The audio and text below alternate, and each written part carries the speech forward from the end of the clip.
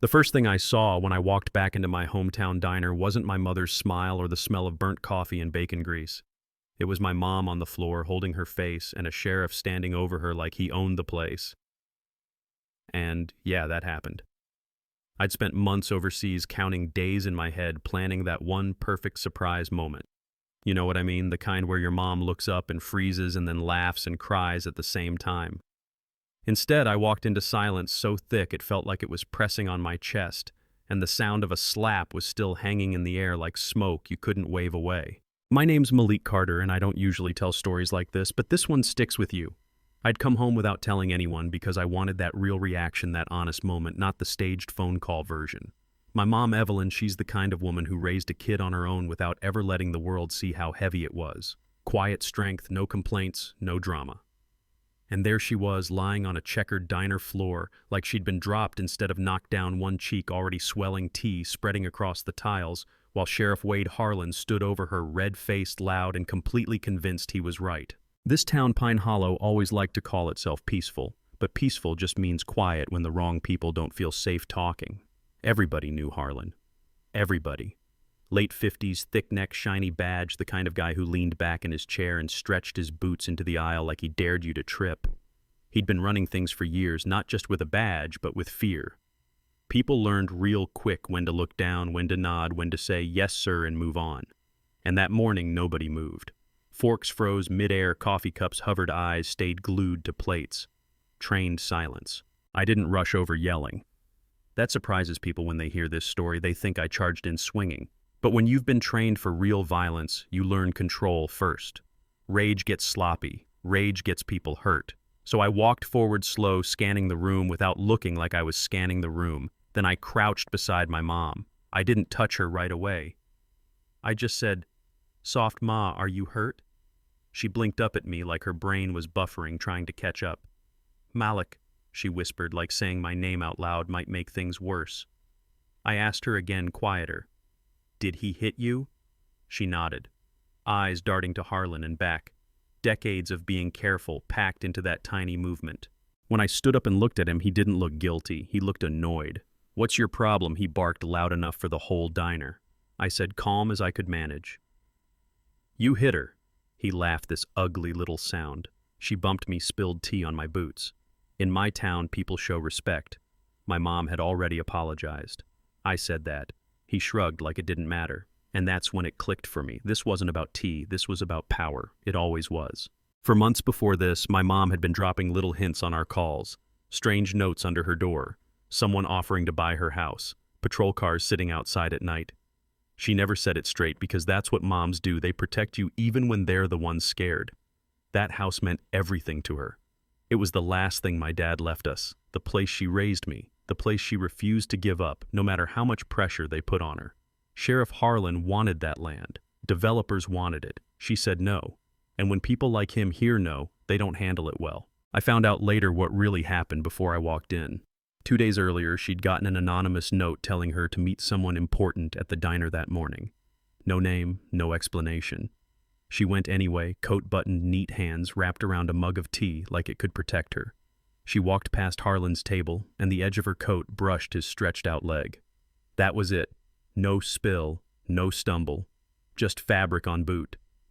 He scraped his chair back, loud, stood up and snapped, "You think you can walk into me like that?" She turned confused, already apologizing. He slapped her before she finished her sentence. Back in the present, standing there looking at him, I realized something else. This whole room wasn't silent because nobody cared. It was silent because everybody was scared. So I turned away from him and looked at the room instead. I asked, not loud, not dramatic, did anyone see him hit her? For a moment, nothing. Then an older white man near the window slowly raised his hand, shaking. I saw it. A woman near the counter nodded. A guy in a trucker hat muttered, "Yeah, he hit her." She said sorry, and he still hit her. It was like watching a town wake up from a long nap, one person at a time. Harlan's face changed then. Not regret, calculation. His hand moved toward his belt, toward his gun. That's when everything inside me went cold and clear. I stepped between him and my mom. He reached again. I caught his wrist fast, precise enough pressure to make his fingers go numb. "Don't," I said, quiet. He tried to pull back, tried to posture, so I ended it, not with anger, with control. A palm strike to his chest to fold him, an elbow to the jaw, a sweep that took his legs out. He hit the floor hard, gasping, eyes wide like he'd never been there before. Blood started at his lip. The room erupted in gasps. He looked up at me and croaked, "I didn't know she was your mother." I crouched down and said, "Wouldn't have mattered if she wasn't." That line landed heavier than anything else because it said what everyone already knew but never said out loud. Her worth didn't come from me. It never did. Sirens came fast. 2 patrol cars' lights flashing through the windows. Deputies rushed in, ready for a fight, then froze when they saw their sheriff on the floor and me standing there. Their lead deputy, Benton, looked like his brain was tearing itself in half, trying to decide which side of history he wanted to be on. "What happened?" he demanded. Nobody answered at first. Then an elderly woman stood up, voice shaking but steady. "He hit her, for nothing." Others chimed in, overlapping louder now. "She brushed his leg. He slapped her hard." The cashier said, "She apologized and he still hit her." A younger deputy, Reyes, pointed to the security camera. "We need the footage." Benton hesitated, but Reyes didn't. They pulled it up in the back office, and the truth played out, grainy but undeniable. My mom walking past, the brush, the chair scrape, the slap, her falling, Harlan standing over her, then me walking in, him reaching for his gun, me stopping it. No spin, no excuses. When Benton came back out, he looked tired, like a man who'd finally decided to stop lying to himself. He pulled out cuffs. "Wade Harlan, you're under arrest for assault." Harlan sputtered, "I'm the sheriff." Benton swallowed and kept going, reading him his rights. Nobody cheered, but the silence felt lighter, like a window cracked open after years of stale air. My mom stood up with help from strangers who suddenly remembered how to be human. She looked at me like she was still processing that her son was home and the world had flipped upside down in under 10 minutes. And then people started talking. Really talking. Stories poured out. Extortion. Threats. Pulled over for nothing traffic stops. Complaints buried. Reyes wrote like his pen was on fire. Phones came out. Videos spread. By afternoon, this wasn't just a diner story anymore. Later, when the deputies finally left my mom and I sat in the booth she'd been heading toward before everything went wrong, the sun was low dust floating in the light. She looked at me and said, "You planned that note, didn't you?" I nodded. "I wanted to surprise you." Her voice cracked. "And you saw me on the floor instead."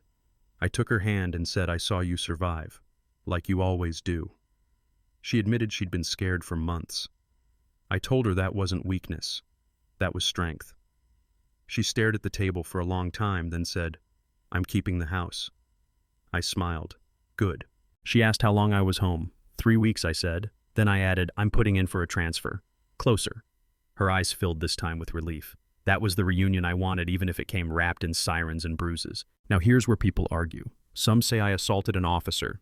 Others say I defended my mother. On paper, both might be true depending on who's holding the pen. Harlan had friends, allies. The system doesn't like being embarrassed. But there was footage. There were witnesses. And for once, a town wasn't quiet. So here's what I want to know from you. If you walk into a room and see someone in power hurting an innocent person and everyone else is frozen, what do you do? And if that person is your mother, do you still wait for the system, or do you become the system for a moment? Drop your thoughts below. Tell me if you think I was right or wrong, and if you've ever seen something like this happen, share it. If you believe dignity shouldn't depend on who your family is or what uniform someone wears, hit like, subscribe, and let's talk about it, because stories